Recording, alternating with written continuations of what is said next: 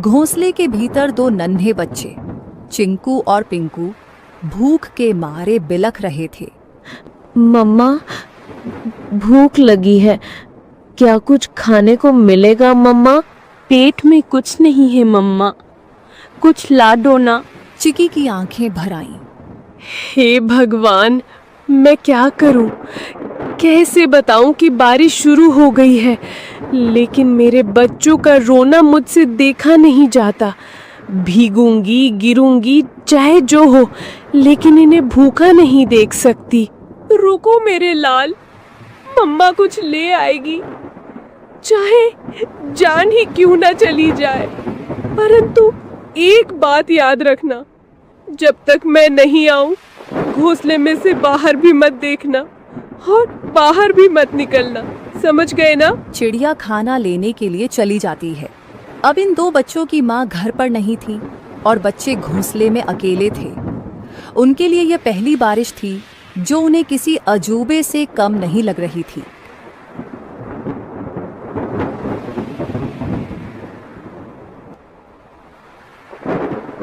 चिंकू बार बार गर्दन बाहर निकालकर देख रहा था।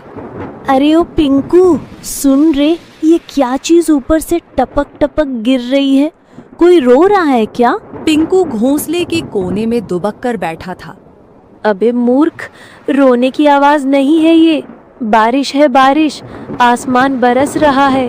पर ये आवाज कितनी डरावनी है।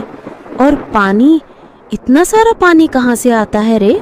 मत देख बाहर, मम्मा ने कहा था बिजली चमकी तो घोंसले समेत भस्म हो जाओगे। चिंकू सहम गया। हवा के साथ पानी की बौछारें घोंसले तक पहुंचने लगी थी। दोनों भीगने लगे। मम्मा कब आएगी पिंकू? भूख लग रही है यार, और डर भी। पिंकू कुछ नहीं बोला। उसकी आंखों में चिंता थी। मम्मा ने कहा था कि अगर मैं देर से लौटूं तो घबराना मत, चुपचाप बैठे रहना। डर से बड़ा कोई शिकारी नहीं होता। चिकी चिड़िया को जंगल में कुछ गेहूं मिले। उसने वो गेहूं को अपनी पतली टांगों से पकड़ा और तेज बारिश में फिर से बच्चों के पास लौटने की ठान ली। बारिश और हवा में अपना जोर दिखाना शुरू कर दिया था।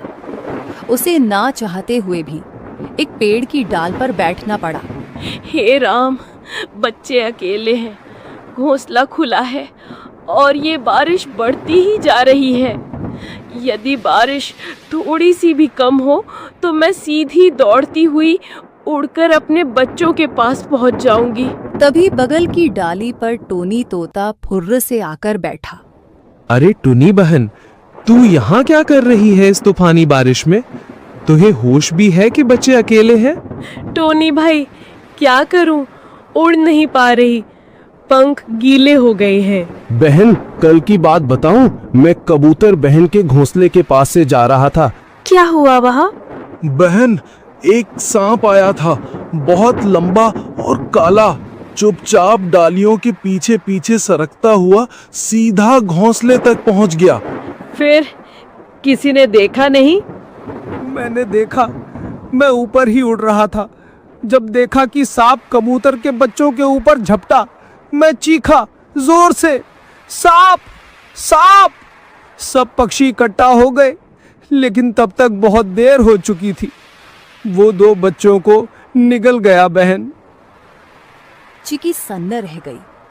टोनी का चेहरा भावुक हो उठा। और जब कबूतर बहन आई ना, वो तो जैसे पगला गई थी। अपने घोंसले के पास आई तो देखा कि एक बच्चा खून से लथपथ पड़ा है और दो तो दिख ही नहीं रहे थे। वो बार बार पुकार रही थी, मेरे बच्चे, मेरे लाल, कहाँ चले गए तुम? उसके आंसू रुक ही नहीं रहे थे। अपने बचे हुए एक बच्चे को उसने पंखों में दबा लिया और फिर चुपचाप बैठ गई, जैसे दुनिया ही खत्म हो गई हो उसकी। मैं बता नहीं सकता कितना दर्द था उस माँ की आंखों में। टुनी की आंखें भर आईं। टोनी बोला, तू समझ रही है ना बहन, ये बारिश सिर्फ पानी नहीं लाती, भूख से तड़पते शिकारी भी लाती है। जल्दी निकल, पेड़ों की आड़ लेकर जा, मत रुक अब। चिकी चिड़िया उड़ती है और अपने घर की ओर जाती है। बारिश चल रही थी, लेकिन अंधेरा गहरा था और ठंडी हवा अब भी तीर की तरह चल रही थी। बस कुछ ही दूर और चिंकू पिंकू मेरा इंतजार कर रहे होंगे। तभी सामने से दो काली परछाई आई। ओए चिड़िया रानी, कहाँ चली बारिश में? चिकी चौंक गई। सामने दो शिकारी पक्षी रास्ता रोककर खड़े थे। आज तो किस्मत चमकी है, बारिश में भी नसीब ने हमें गरम गरम चिड़िया भेजी है। आज हम चिड़िया तुझे खा जाएंगे। अब चिकी चिड़िया के सामने यह नई मुसीबत आई थी। चिड़िया ने सोचा, इस बार मैं नहीं बच सकती, क्योंकि आज दोनों दरिंदे बदमाश इकट्ठा होकर आए हैं। मुझे आज बल से नहीं परंतु दिमाग से काम लेना होगा। उसके दिमाग में एक आइडिया आया। जब दुश्मन को हराना हो तो उनमें फूट डालो, जिसे दुश्मन की ताकत आदि हो जाती है। तुम दोनों बहादुर शिकारी हो ना, और मुझे खाना चाहते हो ना, परंतु तुम दोनों में से जो सबसे बड़ा शिकारी और सबसे ज्यादा ताकतवर होगा वही मुझे खाएगा। मैं तो सबसे खतरनाक हूँ, पंखों से पंजे तक मौत हूँ, मौत। तेरी औकात नहीं मेरे सामने, मैं तो उड़ते परिंदे गिराता हूँ, तू मुझसे बड़ा शिकारी नहीं हो सकता। तो भेड़ो ना, दिखाओ असली ताकत। मुझे तो वही खा सकता है जो सबसे ताकतवर है। दोनों शिकारी जल उठे। कौवा उड़कर सुल्तान की ओर झपटा। सुल्तान ने पलटवार किया। सबसे पहले मैं तुझे खाऊंगा, फिर इस चिड़िया को। तू खा नहीं पाएगा कालू। दोनों एक दूसरे को नोचते हुए हवा में झगड़ते हुए नीचे गिर पड़े। दोनों की हालत खराब हो गई और बेहोश हो गए। चिकी इसी मौके का फायदा उठाते हुए चुपचाप वहां से जल्दी उड़ते हुए निकल गई। उसके मन में एक ही बात थी, बच्चों तक पहुंचना है, बस अब देर नहीं। चिंकू और पिंकू कांपते हुए बैठे थे। बारिश अब थम चुकी थी, लेकिन डर अब भी घोंसले में था। तभी हवा में एक जानी पहचानी गंध आई। चिंकू, मेरे पिंकू, मैं लौट आई। मम्मा, हम कब से राह देख रहे थे कि आप कब आएंगी। मेरे लाल, तुम दोनों ठीक हो ना? डर तो नहीं लगा? बहुत डर लगा मम्मा, बिजली भी चमक रही थी। चिंकू बार बार बाहर देख रहा था, मैं तो कह रहा था ना जल जाएगा। बेटा, कभी कभी डर जरूरी होता है, लेकिन बहादुरी ये है कि डर के बाद भी टिके रहो। तुम दोनों ने बहादुरी दिखाई। पंखों में छुपाए हुए गेहूं को निकालकर मजेदार खाना बनाया और बच्चों को दिया। बच्चों ने भूख के कारण खाना खा लिया। अगली सुबह बारिश तो रुक चुकी थी, लेकिन घोंसले में सन्नाटा था। सूरज की हल्की रोशनी घोंसले में पड़ी तो चिकी ने देखा चिंकू एक कोने में पड़ा कांप रहा था। उसकी आंखें आधी खुली थी और शरीर तप रहा था। चिंकू, ओ बेटा, क्या हुआ तुम्हें? मम्मा, बहुत गर्मी लग रही है, पूरा बदन जल रहा है। हे भगवान, बुखार इतनी तेज, अब मैं क्या करूं? मम्मा, चिंकू को क्या हो गया? ये तो बोल भी नहीं पा रहा है ठीक से। चिकी ने खुद को संभालने की कोशिश की, लेकिन उसकी आंखों में आंसू भर आए।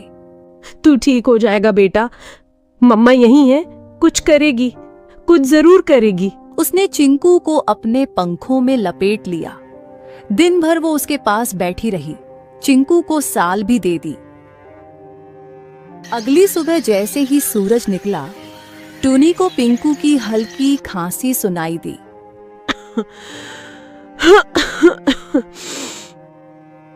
मम्मा, मुझे भी कुछ अजीब लग रहा है, सर भारी है। नहीं, अब तू भी? ये क्या हो रहा है मेरे बच्चों को? हे भगवान, मैंने कौन सा पाप किया? भूख मिटाने चली तो बारिश आई, बारिश में निकली तो शिकारी आए, और शिकारी से बचकर आई तो अब ये बुखार। क्या मेरी ममता की परीक्षा ले रहे हो तुम? पिंकू और चिंकू दोनों अब मम्मा के पंखों के बीच पड़े कराह रहे थे। चिकी का मन टूटा हुआ था, लेकिन आंखों में अब भी एक जिद थी। नहीं, मैं हार नहीं मानूंगी। मैं माँ हूँ, और माँ कभी घोंसले में बैठकर अपने बच्चों को यूं मरता नहीं देख सकती। अगर इनको बचाना है तो मुझे लड़ना होगा, बीमारी से भी, अकेलेपन से भी, और इस जंगल की बेरहमी से भी। लेकिन उसके मन में एक सवाल लगातार घूमता रहा। क्या ये कल सुबह मेरी गोद में होंगे? चिकी अपनी घोंसले से उड़कर जाती है। उसकी आंखों में नींद नहीं थी, सिर्फ चिंता, सिर्फ डर। वो सीधा टोनी तोते के पेड़ के पास पहुंची। टोनी भाई, देखो ये क्या हुआ?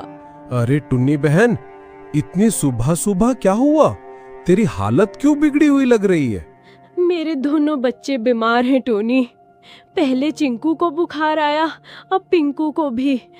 रात भर तप रहे थे दोनों, मुझसे देखा नहीं जा रहा। कुछ कर यार, कोई उपाय बता। रुक, सुन, मुझे याद है, जंगल के उस पार एक चूहा डॉक्टर है, बहुत समझदार। सब उसे डॉक्टर चिंटू कहते हैं। चल, अभी चल। बिना वक्त गवाए दोनों उड़ चले। जंगल के भीतर झाड़ियों के पीछे एक पुराना सा बिल था। बाहर लगे बोर्ड पर लाल निशान से पता चल गया, यही डॉक्टर का घर है। डॉक्टर साहब, जल्दी बाहर आइए। एक माँ के बच्चे बीमार हैं, बहुत बुरे हाल में हैं। कुछ पल बाद डॉक्टर चिंटू बाहर आए। कितने दिनों से बीमार है? 2 दिन से, लेकिन रात में हालत और बिगड़ गई। ले चलो मुझे, मैं खुद देखूंगा। कुछ देर में तीनों घोंसले पर पहुंचे। डॉक्टर ने बच्चों को चेक कर लिया। ये साधारण बुखार नहीं है, ये वायरल है। बच्चों के शरीर में लड़ने की ताकत नहीं बची है। तो क्या ये मर जाएंगे? मैं कुछ नहीं कह सकता। मैं दवा दूंगा, अगर ऊपर वाले ने चाहा तो बच जाएंगे, पर मैं कोई गारंटी नहीं देता। तुम तो डॉक्टर हो, तुम्हारे पास उम्मीद होनी चाहिए। मैं दवा दे सकता हूं बहन, चमत्कार नहीं। जब शरीर साथ नहीं देता तो दवा भी हार जाती है। अब ये तेरी ममता और भगवान की मर्जी पर है। चिकी जानती थी अब उसके हाथ में कुछ नहीं बचा था। वो निकल पड़ी एक उम्मीद में। वो जा रही थी उस पेड़ की ओर जो जंगल के बीचों बीच सबसे ऊंचा था, एक ऐसा स्थान जिसे पक्षी शांत शिखर कहते थे।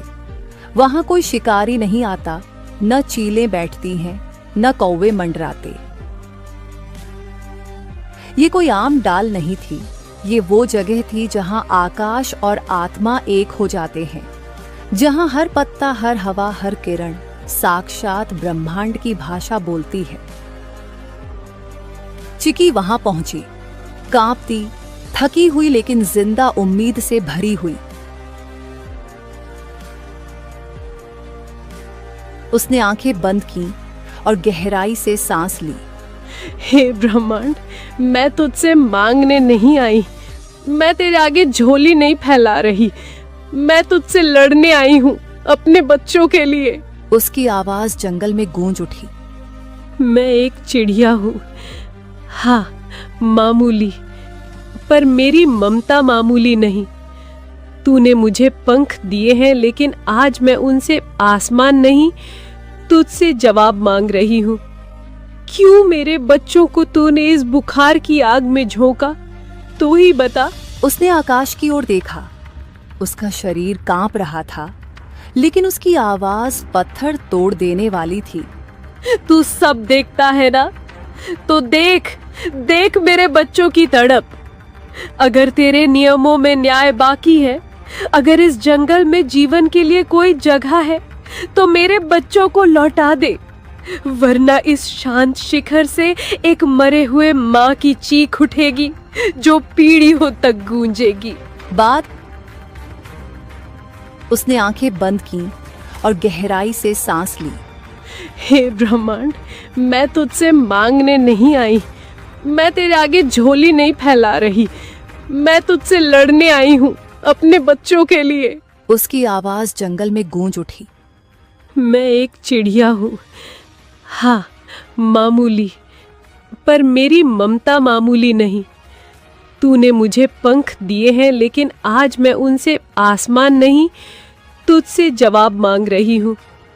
क्यों मेरे बच्चों को तूने इस बुखार की आग में झोंका? तू ही बता। उसने आकाश की ओर देखा।